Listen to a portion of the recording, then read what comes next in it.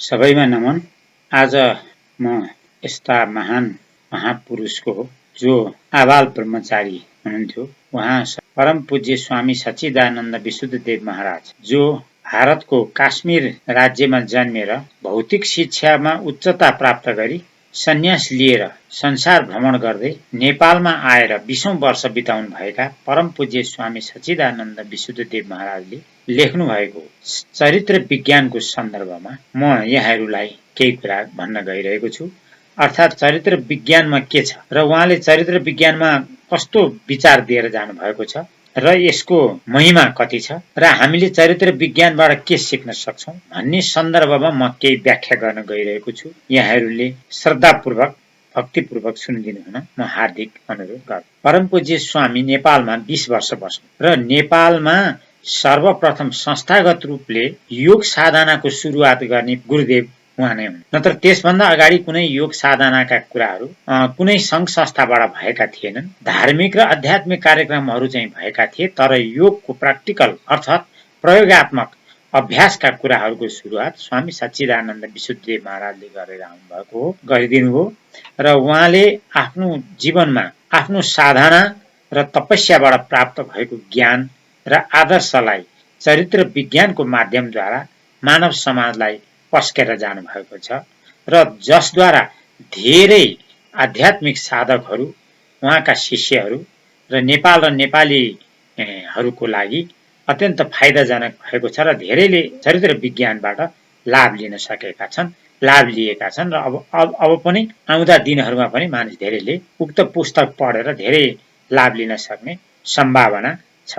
स्वामीजीको आफ्नो अनुभूति, ज्ञान र आदर्शको एउटा केन्द्रबिन्दुको रूपमा हामीले चरित्र विज्ञानलाई लिन सक्छौं। चरित्र विज्ञानमा सर्वप्रथम सृष्टि विज्ञानको कुरा लेखिएको छ। वास्तवमा हामीले जान्नुपर्ने र बुझ्नुपर्ने कुरा सृष्टि विज्ञान नै हो। सृष्टि विज्ञानलाई राम्रोसँग हामीले बुझ्न सक्यौं र यसलाई आत्मसात गर्न सक्यौं र यसको मर्मलाई हामीले बुझ्न सक्यौं भने, आत्मसात गर्न सक्यौं भने वास्तवमा हामीले आत्मदर्शन गरेकै महसुस हुन्छ। आध्यात्मिक क्षेत्रको बौद्धिक भ्रम, धार्मिक क्षेत्रको र हाम्रो साधनाको, योगको र जति पनि कुराहरू छन् त्यस सन्दर्भमा भएका भ्रमपूर्ण कुराहरू अथवा कन्फ्युजनका कुराहरू यस चरित्र विज्ञानको सृष्टि खण्डले धेरै कुराहरू निवारण गर्दछ। त्यसकारण म यस चरित्र विज्ञानकै सन्दर्भमा यो चरित्र विज्ञानमा दिएको सृष्टि विज्ञानको एउटा पाठको पहिलो र दोस्रो अध्यायमा का कुराहरूलाई केही व्याख्या गर्न गइरहेको छु। वास्तवमा यो ब्रह्माण्डको सृष्टि एउटा रहस्यपूर्ण छ। अब धेरै वैज्ञानिकहरूको आफ्नै किसिमको व्याख्या छ र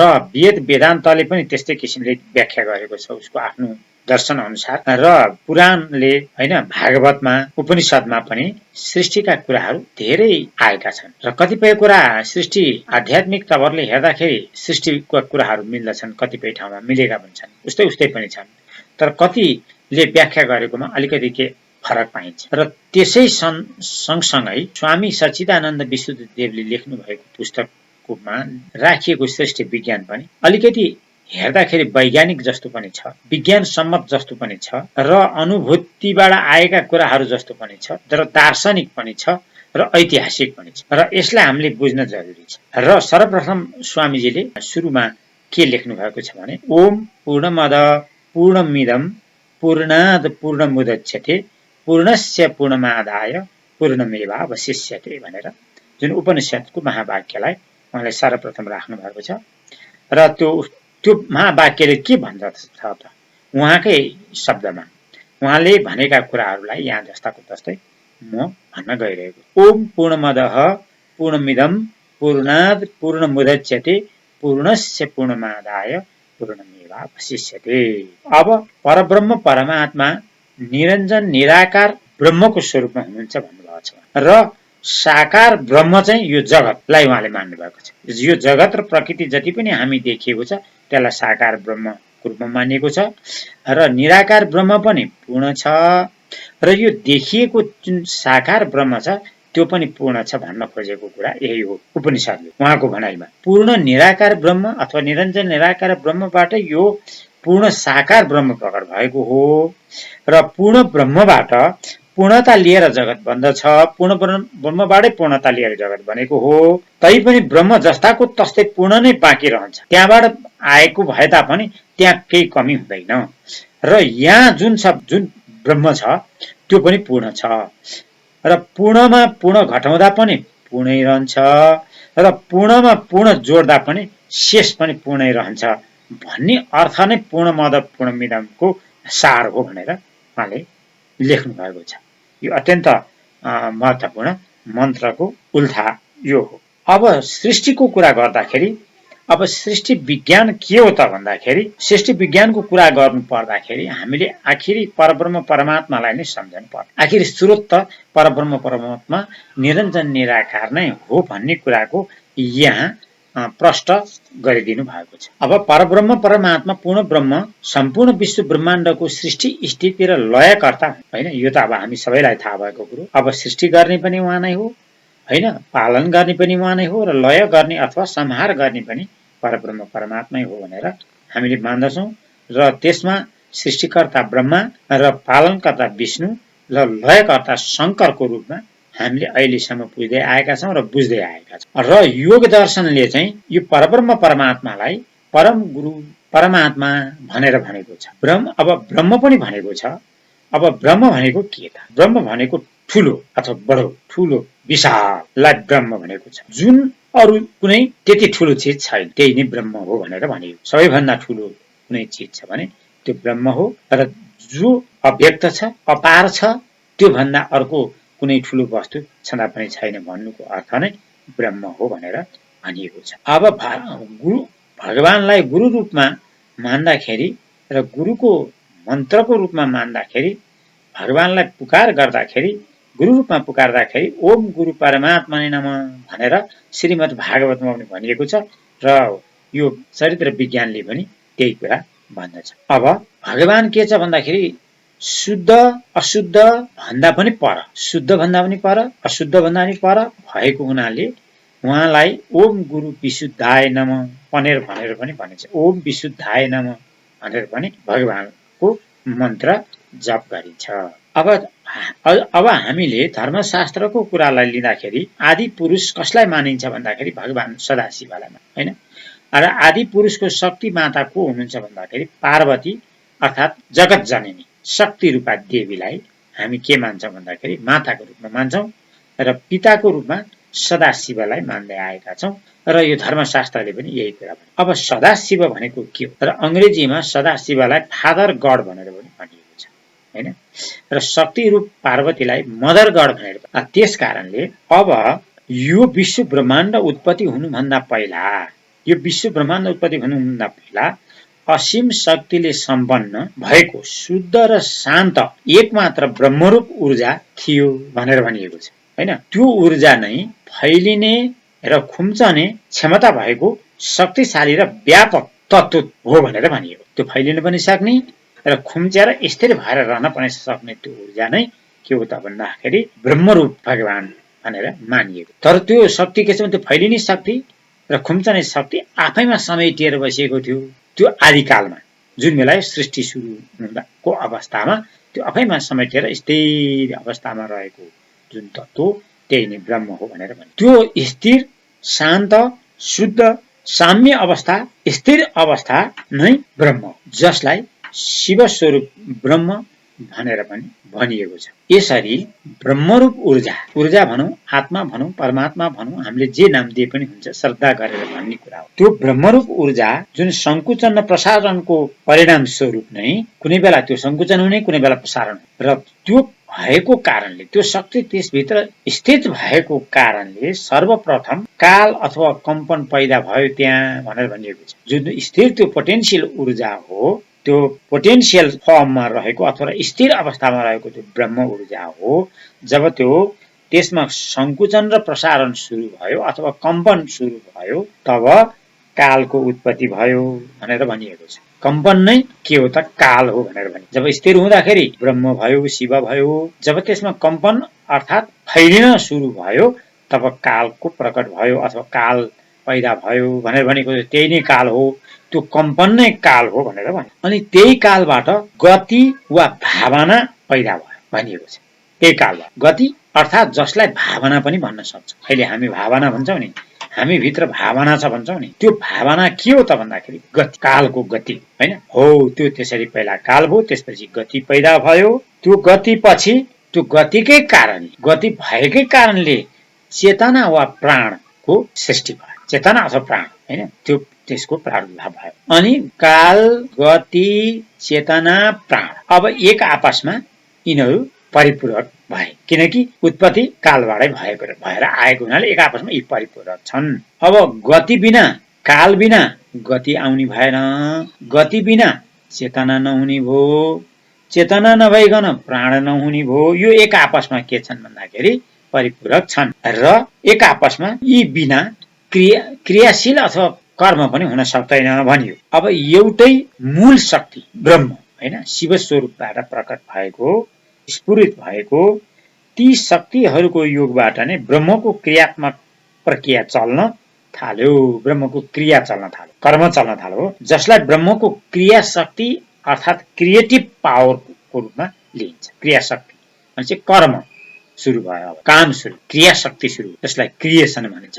यहीँबाट विश्व ब्रह्माण्डको रचना भयो भनेर चरित्र विज्ञानमा यो सृष्टिको कुरा बताइयो। यसरी फैलिने र खुम्चने क्षमता राख्ने ब्रह्मरूप ऊर्जा क्रमशः काल, गति र चेतना क्रिया हुँदै चार शक्तिको रूपमा देखायो। अब पहिला यो के थियो भने एकै ठाउँमा थियो, समेटिएर बसेको थियो, तर प्रकट हुँदाखेरि सृष्टि हुँदा यो बाहिर देखियो। काल देखियो हैन, गति देखियो, करुणा देखियो, करुणा अथवा चेतना देखियो, अर्थात् अब यो सँगै सबै मिलेर क्रिया सुरु भयो। क्रिया भनेको सृष्टि सुरु भयो भने यसरी सृष्टि सुरुवात भएको बताइन्छ। त्यो शुद्ध शान्त स्थिर शिव स्वरूप ब्रह्म निर्गुण निराकारको रूपमा रहेको थियो, जसलाई हाम्रा शास्त्रहरूले कारण ब्रह्म, अव्यक्त ब्रह्म, कुटस्थ ब्रह्म, परब्रह्म हैन, उत्तम पुरुष, हिरण्यगर्भ, वैश्वानर, परमात्मा आदि नामले हाम्रो धर्मशास्त्र र वेदले पुकार गरिएको छ, अर्थात् पुकारिएको छ। र त्यही नै सदा शिवको रूप हो भनेर भनियो, जुन अव्यक्त छ, सूक्ष्म छ, देखिँदै। त्यसैले मानिसलाई पत्याउन र त्यसमा विश्वास गर्न त्यति सजिलो हुँदैन र अनि त्यही कारणले मान्छेले धेरैले मान्नलाई गाह्रो पर्छ, बुझ्नलाई गाह्रो पर्दछ र राम्रोसँग नबुझ्दाखेरि के हुन्छ त भन्दाखेरि भ्रममा पर्दछन् मान्छे। अब शिवको रूप त मैले भने, अब शक्ति के हो त? हामी पार्वती भन्छौं, लक्ष्मी भन्छौं हैन, सरस्वती भन्छौं, त त्यो शक्ति रूपा के हो त? त्यो शक्ति त्यो माथि मैले भनेकै जुन शान्त स्थिर अवस्थामा रहेको परब्रह्म परमात्मा जुन एक हैन, जब काल गति चेतना र क्रियाद्वारा जुन एक ब्रह्म अनेक आकारमा जुन प्रकट भयो त्यही नै शक्ति हो भनेर भने। अब ती एक ब्रह्म अनेक रूप, अनेक ब्रह्माण्डमा ती रूपान्तरण भएर अनेक भिन्नताहरू जस्तो देख, चन्द्रमा उत्पत्ति भयो, सूर्य उत्पत्ति भयो, ग्रहहरू उत्पत्ति भयो, तारा उत्पत्ति भयो, पृथ्वी उत्पत्ति भयो, मानव उत्पत्ति भयो, जीव उत्पत्ति भयो, प्राणीहरू उत्पत्ति भयो हैन, जल उत्पत्ति भयो हैन, अग्नि उत्पत्ति भयो। अब यी अनेक चीजहरू देखियो, हजारौं जीवहरू उत्पत्ति भए, किरा फटाङ्ग्रा उत्पत्ति भयो, मनुष्यको उत्पत्ति भयो। अब अनेक आकारहरू देखियो, निराकार थियो हैन, अनेक आकारमा देखा पर्यो। त्यो अब सृष्टिको सुरुवात भयो। जड चेतन वस्तुहरू, नाना थरीका जड चेतन वस्तुहरू उत्पत्ति भए हैन, अनेक जड पदार्थहरू उत्पत्ति भए। त्यसैले वेदमा पनि यो कुरा भनेको, म एक भएर अनेक रूपमा प्रकट भएको छु भनेर वेदमा भनेको। परब्रह्म म एक छु तापनि म अनेक रूपमा प्रकट भएको। यो एकबाट अनेकबाट एक हुन सक्ने ब्रह्मको यो स्वभावलाई नै दर्शन भनिन्छ। एकबाट अनेक हुने, अनेकबाट एक हुन सक्ने जुन ब्रह्ममा जुन स्वभाव छ, त्यो स्वभावलाई हामीले थाहा पाउन सक्यौं, देख्न सक्यौं, बुझ्न सक्यौं, त्यसैलाई दर्शन भनेर भनिन्छ। ब्रह्मको दर्शन, परमात्माको दर्शन। अनि उपनिषदमा जसलाई ईशावास्यमिदं सर्वम सर्व खल्विदं ब्रह्म नेह नानास्ति किञ्चन भनेर वेदमा उपनिषद अथवा वेदमा यसरी निराकार ऊर्जा साकार ऊर्जामा रूपान्तरण भएको यस्तो विषम, अशान्त, अस्थिर अवस्था ब्रह्मको सृजनशील अवस्था। निराकार ब्रह्म जब यो संसारमा देखिन्छ, रूपान्तरण भएको हामीले पाएका छौं, देखेका छौं, जुन विषम छ, अशान्त पनि जस्तो देखिन्छ, विकट जस्तो पनि लाग्छ, अस्थिर जस्तो पनि छ पनि, त्यो चीज नै ब्रह्मको सृजनशील अवस्था भनेर भनियो। जसलाई हामी यो ब्रह्मको सृजनशील अवस्था भन्दाखेरि प्रकृति, यो ब्रह्माण्ड हो, हामीले जुन देखेको दृश्य ब्रह्म हैन, साकार रूप भनेर भनिन्छ ब्रह्म। र यसमा शक्ति हुने भएको हुनाले, इनर्जी हुने भएको हुनाले हैन, यसमा अनेक किसिमका शक्ति प्रकट हुने भएको हुनाले जसलाई शक्ति स्वरूप ब्रह्म भन्छ। त्यो शक्ति स्वरूप ईश्वरको प्रत्यक्ष देखिएको साकार शक्ति स्वरूप ब्रह्म नै जगत जननी माता पार्वती भनेर हामीले, जसलाई हामी कुण्डलिनी शक्ति पनि भन्छौँ। त्यो सूक्ष्म रूपले भन्दाखेरि कुण्डलिनी शक्ति र स्थूल रूपमा भन्दा यो संसार देखिएको जुन प्रत्यक्ष ब्रह्माण्ड नै शक्ति स्वरूप माता भने। र त्यसको अत्यन्त सूक्ष्म रूप चाहिँ के हो त भन्दाखेरि कुण्डली, सर्पेन्टाइन पावर भनेर। अब अर्को यो सृजनशील अवस्थालाई कार्य ब्रह्म पनि भनिन्छ। यो कारण ब्रह्म चाहिँ ईश्वर भइहाल्यो,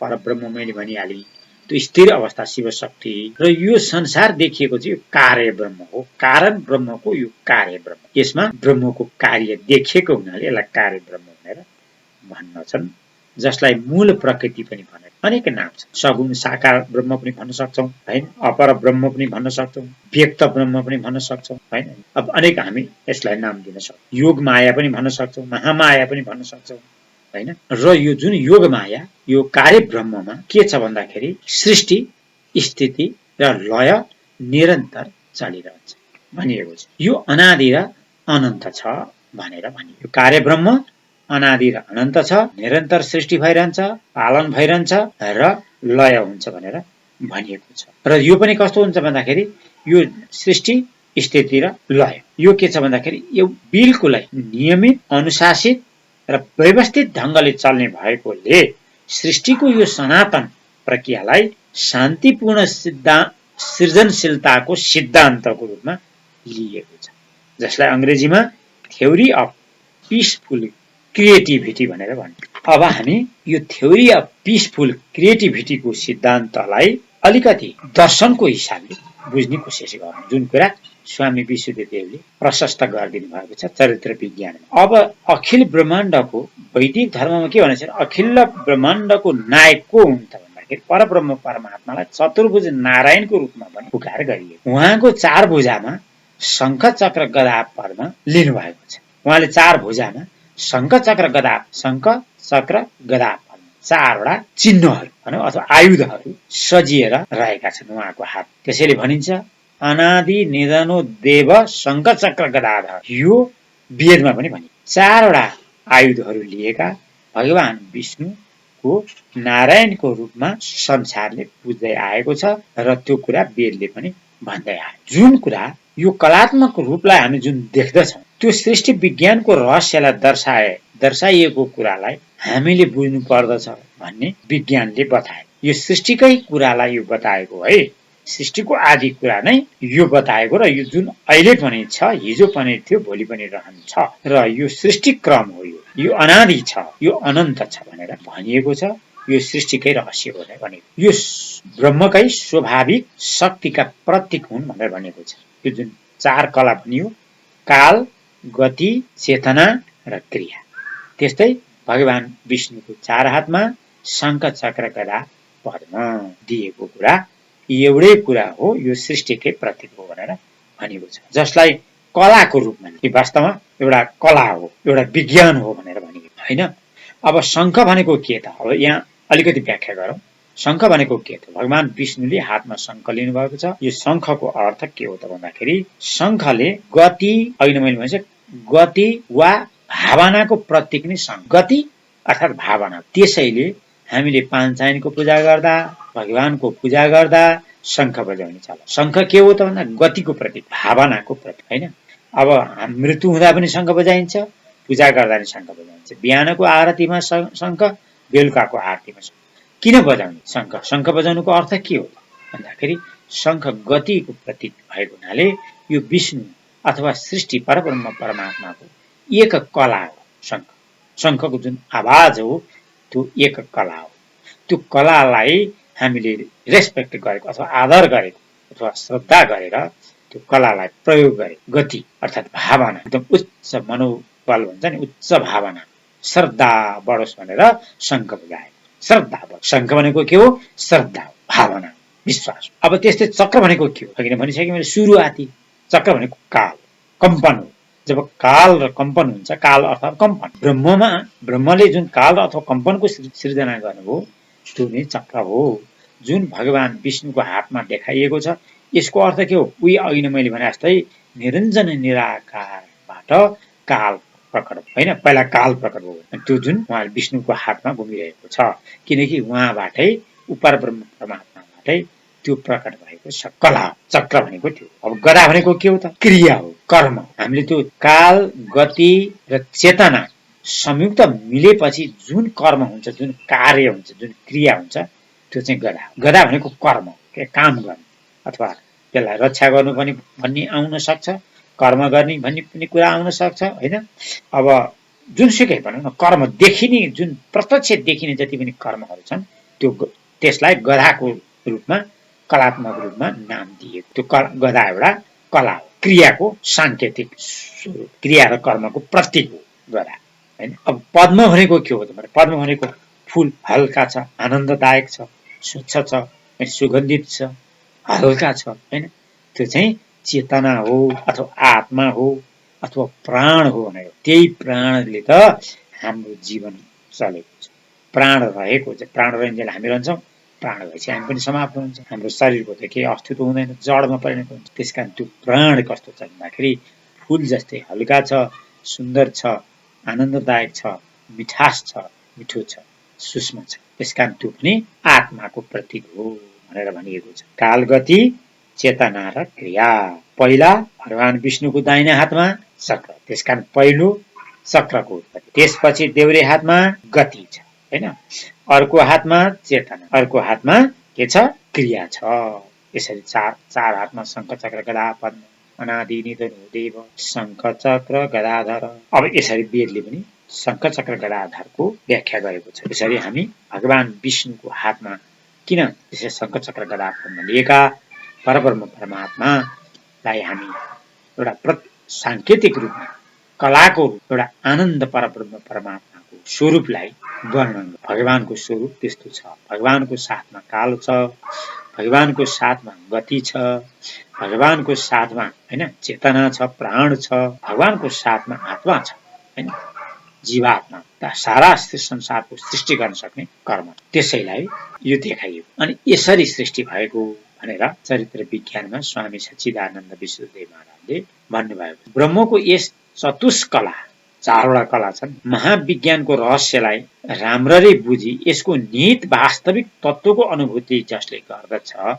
यसको तत्त्वबाट बुझ्नु पर्यो, लागि तत्त्वले देख्नु होइन, अनुभूति गर्नु पर्यो। त्यो गर्नाले वास्तविक चतुर्भुज नारायणको दर्शन गरेको फल मिल्दछ, अथवा त्यो दर्शन हामीले अन्तर हृदयमा बुझ्नु पर्यो। के रहेछ त चतुर्भुज नारायणमा, को रहेछ भन्ने कुरा आफ्नो हृदयमा अन्तर्दर्शन गर्न सक्नुपर्छ। तब सृष्टिको ज्ञान हुन्छ। सृष्टि भनेको त्यही हो। यो सृष्टि रहस्यलाई बुझ्न सक्ने साधकले सबै ज्ञान हासिल गर्न सक्छ। अब चतुर्भुज नारायणको दर्शन गरिसकेपछि अब प्राणीले अथवा जीवनमा कुनै पनि चिज पाउन पर्ने, कुनै पनि चिज बुझ्न पर्ने केही बाँकी रहँदैन। ऊ सर्वगुण सम्पन्न व्यक्तित्व निर्माण हुन्छ। यसलाई बुझ्न सक्यो राम्रोसँग, गहिराईमा, दार्शनिक रूपमा बुझ्न सक्यो भने अब उसले बुझ्नु पर्ने केही कुरा बाँकी रहँदैन। ऊ सर्वगुण सम्पन्न हुन्छ। जुन सृष्टि, यो सृष्टि विज्ञानमा निहित जुन परम सत्य कुरा यहाँ बताइएको छ, त्यो परम सत्यलाई नै वेद धर्मशास्त्रहरूले विभिन्न नाम, जुन परम सत्य भनेर हामीले भन्यौं, अथवा त्यो परम स्वरूप शिव स्वरूप परमात्मा सदाशिवबाट जुन चतुष्कला निस्क्यो, जुन चतुष्कला महाविज्ञान प्रकट भयो, त्यो शान्त स्वरूप बाह्य कार्य ब्रह्म नभइकन स्थिर निरञ्जन निराकार स्वरूपलाई चाहिँ के भन्यो भने, जुन बेला प्रकट भएको थियो त्यो जुन बेला स्थिर भएर बसेको थियो, त्यही ब्रह्मलाई नै ब्रह्म भनियो, सत्य भनियो होइन। अब बाइबलमा क्राइस्ट भनेर पनि भन्छन् होइन। अब कुरानमा अल्लाह प्रभु भनेर भन्छन् होइन, खुदा भनेर भन्छन्। बौद्धमा निर्वाण होइन, शून्य भनेर भनिएको छ। शून्य भने निरञ्जन हो, निराकारलाई शून्य भनियो, शून्य भनियो। जैन ग्रन्थमा परमाणु भनियो होइन। तीर्थङ्कर उपनिषद मोक्ष, कसैले मोक्ष भने त्यसरी त्यहाँ पुगेपछि मोक्ष हुन्छ भनियो, मुक्ति हुन्छ भनियो। कसैले हंस भने, कसैले ईश्वर भने, कसैले भूमा भने, कसैले अक्षर ब्रह्म भनियो, किनभने त्यहाँ गति छ नि, गतिमा त त्यो आवाज आउँछ नि त होइन। त्यसैले अक्षर ब्रह्म भनेर भनियो। अनेक नाम छ जसलाई बुझ्न, त्यही सत्यलाई बुझ्नुलाई नै समाधि, कैवल्य ज्ञान फेरि बुझ्नु पर्यो। त्यसलाई देख्नु पर्यो। चार पुरुषार्थलाई, चार चतुष्कलालाई देख्न सक्यो, तब मानिस मोक्ष हुन्छ भनेको छ, अथवा समाधिमा प्राप्त हुन्छ, कैवल्य ज्ञान प्राप्त हुन्छ, होइन, ब्रह्ममा प्राप्त हुन्छ भनिएको छ। पौराणिक ग्रन्थहरूमा त पुरुषोत्तम पनि भनिएको छ, वासुदेव भनिएको छ, सत्यनारायण भनिएको छ, होइन, लक्ष्मीनारायण भनिएको छ, जगदम्बा, विष्णु, श्रीहरि, केशव, प्रभु भगवान, अनन्त नाम छ। त्यसकारण सहस्र कोटि प्रभुको नाम छ, होइन, हजारौं नाम भनेर भनिएको, हजार नाम भनेर भनिएको। त्यसैले विष्णु सहस्र नाम श्रीमद् भागवत गीतामा दिएको छ। विष्णु सहस्र नाम, विष्णुका सहस्र, मैले भनिहालेँ, विष्णुको चतुष्कला विष्णु, होइन, चतुष्कला छ विष्णुमा, महाविज्ञान छ, विष्णुका हजार नाम छन्, सहस्र नाम। जसले विष्णुका सहस्र नाम गाउन सक्छ ऊ मुक्त हुन्छ भने। त्यसैले भगवानको दर्शन गर्नु भनेको एक किसिम आफ्नै आत्माको दर्शन गर्नु। जसरी परब्रह्म परमात्मामा जुन कला छ त्यो कला हामी जीवात्मामा पनि त्यो कला निहित छ भनेर। जस्तै ज्यामितिमा एउटा त्रिभुज दिएको हुन्छ, सानो त्रिभुजमा पनि 180 डिग्री हुन्छ कोण, ठुलो त्रिभुजमा पनि जति ठुलो तपाईले त्रिभुज बनाए पनि आखिर त 180 डिग्री नै हुन्छ, त्योभन्दा बढी हुन्छ। त्यस्तै परब्रह्म परमात्मा जे चिज छ जीवात्मामा पनि त्यही छ। जीवात्मा एउटा सानो त्रिभुज हो भने परमात्मा ठुलो, होइन। यसरी जीवलाई नै ब्रह्मको स्वरूप भगवान शङ्कराचार्यले भन्नुको अर्थ पनि जीवै ब्रह्म भए नजान्दाखेरि त्यो जीव हो, अव्यक्त रूपमा भएको हुनाले त्यसलाई जीव भनिन्छ।